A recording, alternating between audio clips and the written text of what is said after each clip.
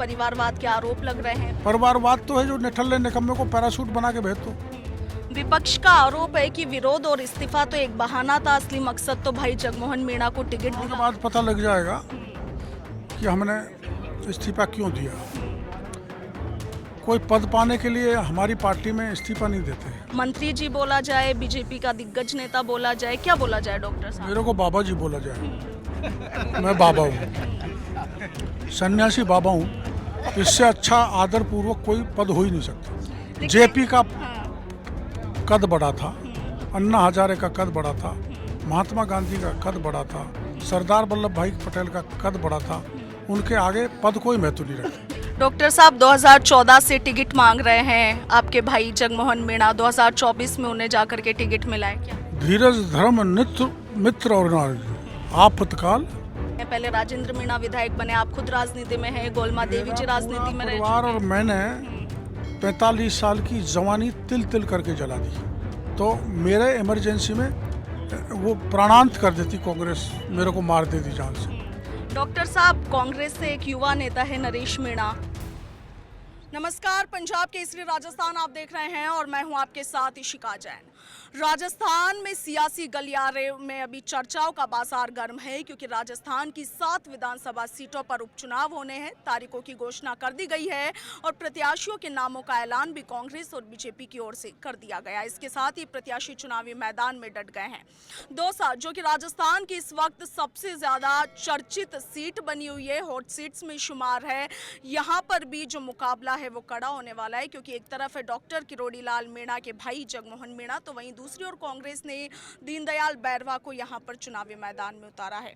Doctor साहब यानी कि किरोड़ी लाल मीणा लगातार अपने भाई के लिए चुनावी मैदान में डटे हुए हैं, प्रचार प्रसार कर रहे हैं। डॉक्टर साहब हमारे साथ जुड़े हैं। आप बार बार कह रहे हैं कि मेरे भाई का वनवास खत्म हो गया है, लंबे संघर्ष के बाद उन्हें टिकट मिला है। मैं उस हर भाई के लिए खड़ा हूँ जो 7 सीटों में कमल का फूल लेके आया है। केवल एक भाई के लिए नहीं।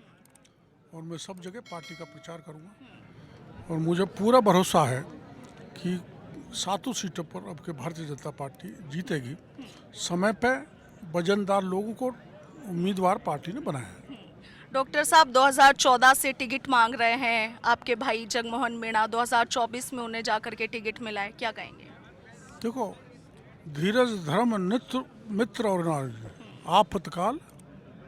तो पार्टी ने निर्णय लिया है, तो जब पार्टी ने उचित समझा, जब मौका दे दिया। और 2014 से टिकट मांगने के बावजूद भी वो बागी नहीं बने, पार्टी के अनुशासन में बने रहे, पार्टी का काम करते रहे। एक समय वो था जो IAS बनने वाले थे, लेकिन वो त्याग कर पार्टी की सेवा की। उस सेवा का इनाम सेंट्रल लीडरशिप और स्टेट ने दिया। जी, दौसा क्षेत्र के आप राजनेता है, लंबे समय से यहाँ की ज़मीन से आप जुड़े हुए हैं, कहा जाता है कि ज़मीनी कार्यकर्ता है, बाबा हैं आप, इस क्षेत्र के बाबा की उपाधि आपको दी हुई है। क्या सपने हैं? केवल दौसा ही नहीं, आपको ध्यान होगा कि TSP एरिया, जिसको उदयपुर, डूंगरपुर, बांसवाड़ा, वहाँ की भूखमरी का, धर्मांतरण का, कुपोषण का हर मुद्दा मैंने वहाँ का उठाया। राज्य के अधिकतर हिस्सों में चाहे कानून की स्थिति बिगड़ी हो या सनातनी धर्म पर वो कोई हमला हुआ हो या किसी प्रकार का पेपर लीक हुआ हो या लॉ एंड ऑर्डर बिगड़ा हो, हर मुद्दे को मैंने सभी समाज के बीच में, सभी समाज के मुद्दों को सर्वत्र राजस्थान में उठाया है। इस बात में कोई दो राय नहीं है। डॉक्टर साहब आज भी जब सरकार खुद की है तब भी सड़कों पर नजर आते हैं, अभ्यर्थियों के लिए, परीक्षार्थियों के लिए, बेरोजगार युवाओं के लिए। सड़क से हम कुर्सी तक गए, तो जिस जमीन पर खड़े उस जमीन को भी नहीं भूलना चाहिए।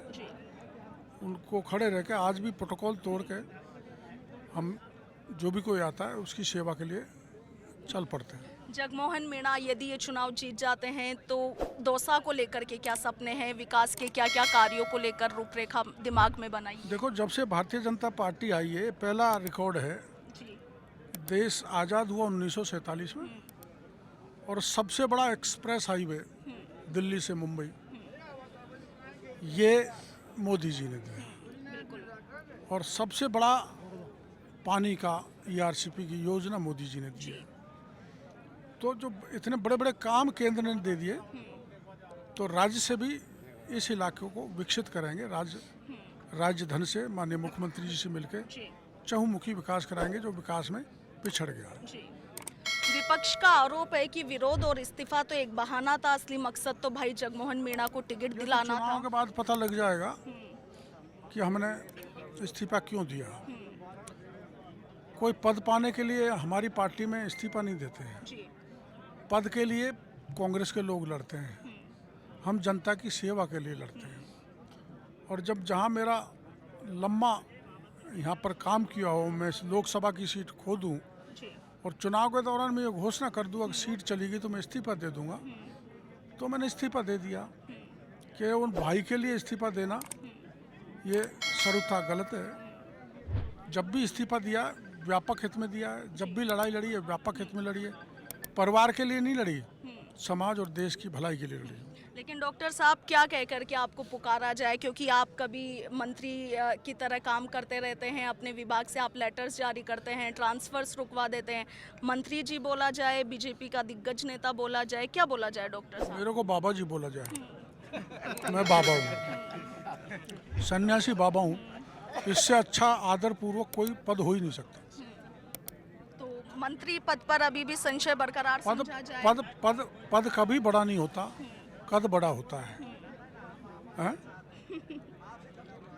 जेपी का कद बड़ा था, अन्ना हजारे का कद बड़ा था, महात्मा गांधी का कद बड़ा था, सरदार वल्लभ भाई पटेल का कद बड़ा था, उनके आगे पद कोई महत्व नहीं रखता। लेकिन इस्तीफा दिया हुआ है फिर भी विभाग के कामकाज आप देख रहे हैं। देखो, अगर बारिश हो जाए, अतिवृष्टि हो जाए और उस अतिवृष्टि के कारण जन धन की हानि हो जाए तो मेरी नैतिक जिम्मेदारी बनती है कि उसमें मैं काम करूं, क्योंकि अभी तक मेरा इस्तीफा स्वीकार नहीं हुआ।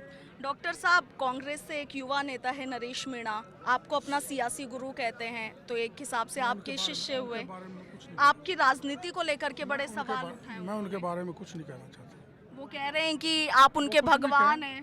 हाँ, वो कुछ भी कहे, मैं नहीं उनके बारे में, एक व्यक्ति के बारे में राय नहीं देना चाहता, क्योंकि व्यक्ति जो है, व्यक्ति का कोई महत्व नहीं होता। मेरा भी कोई महत्व नहीं है, मेरा भी एज एन इंडिविजुअल कोई महत्व नहीं है। विचारधारा का महत्व होता है। जो विचारधारा से जुड़ा रहता है, उसको पोषित करता है, उसको लेकर आगे बढ़ता है, वही नेता बनता है।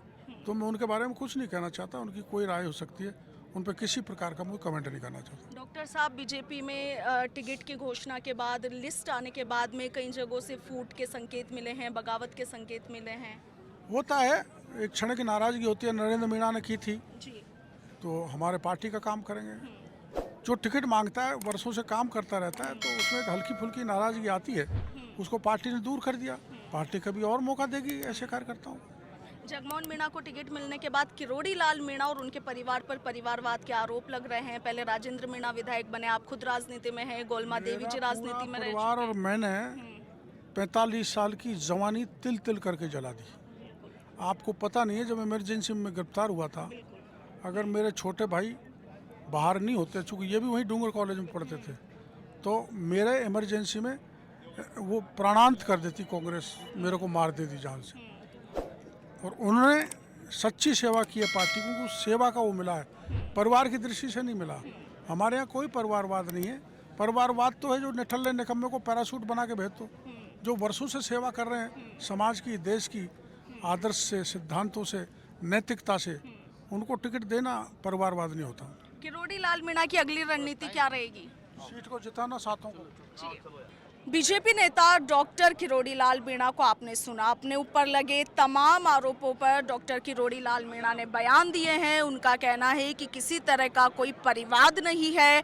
लंबे समय से जो संघर्ष किया है उसका फल आज भाई जगमोहन मीणा को मिल रहा है। इसके साथ ही डॉक्टर किरोड़ी लाल मीणा का कहना ये भी है कि दौसा सीट तो इस बार हम जीत कर रहेंगे।